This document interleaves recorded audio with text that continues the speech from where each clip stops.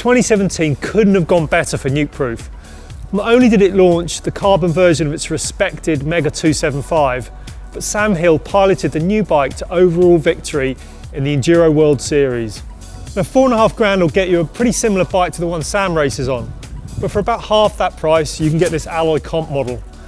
Now it's a little bit heavier and it's not quite as well spec'd, but it comes with the same sizing, geometry and most importantly attitude.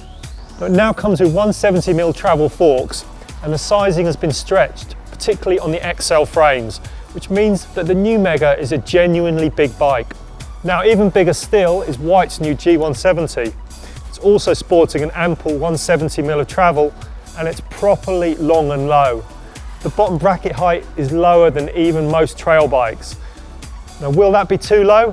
Let's go and find out. Designed to take 170mm forks, the new Mega sports a slack 63.7 degree head angle. The reach on our size large test bike is also a generous 470mm, but the XL is a full 45mm longer, making it big enough for riders well over 6 foot. The bottom bracket height is also low considering the 165mm of travel, although at 332mm it's more pedal friendly than the 322 we measured on the Whyte. Both bikes get boost spacing front and rear, but only the Whyte has room for chunky 2.8 inch rubber. With our Maxxis control tyres fitted, neither bike could be considered a featherweight. But again, it's the Whyte that comes out ahead, just 170 grams lighter than the 15.37 kilo Mega.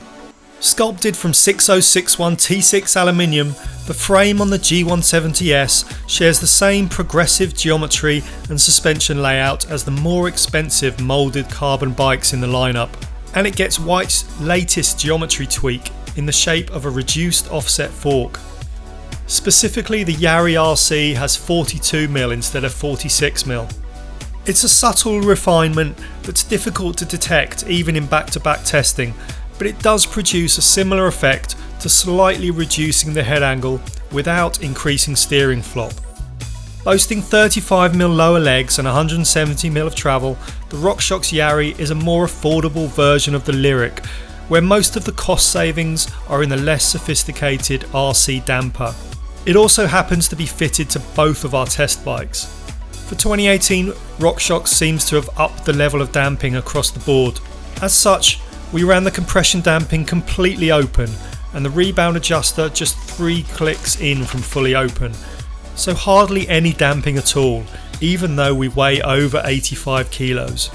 We also removed the single grey volume token from the airspring side, as we weren't getting close to using the last 20mm of travel.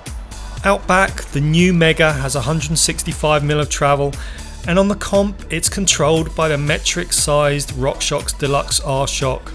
Again, we ran the rebound damping almost fully open, and we always seem to have some travel in reserve. Which is fine, as we did eventually bottom it out when we came up short on a jump. Whyte pioneered the 1x specific frame design, but the G170S also benefits from symmetrical chainstays and the stiffness improvements of the wider pivot stance that goes with them. To actuate the latest metric size RockShox Deluxe R shock, there's a shock yoke that eliminates the lower bushing for increased sensitivity. Doesn't sound like it should make a big difference, but the improvement in small bump sensitivity and grip is really noticeable. What would make it even better is the addition of an asymmetric insert that allows you to adjust the BB height depending on your tyre size. Both of our entry-level enduro bikes have great cockpit layouts, but in terms of contact points, Whyte wins hands down. The thicker grips and extra padding in the saddle providing some additional isolation and comfort from high frequency trail vibrations.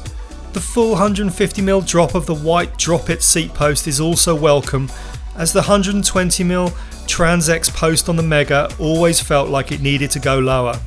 When it comes to the drivetrains, there are staunch SRAM and Shimano supporters, but both 11-speed options here have 11 to 42 cassettes and offer the same gear range and slick shifting. Whyte, however, fits a slightly smaller 30-tooth chainring, so it has a lower overall gearing, and that probably better suits the fitness level of the riders typically buying these bikes. Out of the blocks, the Nukeproof Mega 275 comp has a better turn of speed than the Whyte G170S. Maybe the frame is stiffer, or it could be that the hollow forged Shimano SLX crank simply doesn't flinch when you drop the hammer. Either way, the Nukeproof really gives back everything you put in when you wind it up out of a turn.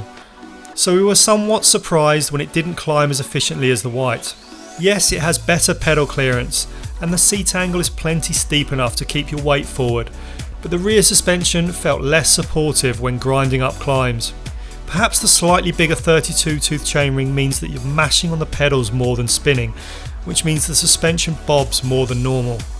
Stranger still, the bike never felt mushy on the descents. In fact, the opposite is true, offering ample support for cornering, while the bike displayed a balanced weight distribution, making it very easy to ride. At MBR, we love bikes with low BB heights, but we also appreciate that they aren't for everyone. So if you pedal more than you pump, and you get your heart rate racing on steep technical climbs rather than fast hairy descents, the Whyte G170S probably isn't the bike for you. With that cleared up, we can categorically say it's an amazing enduro bike for the money.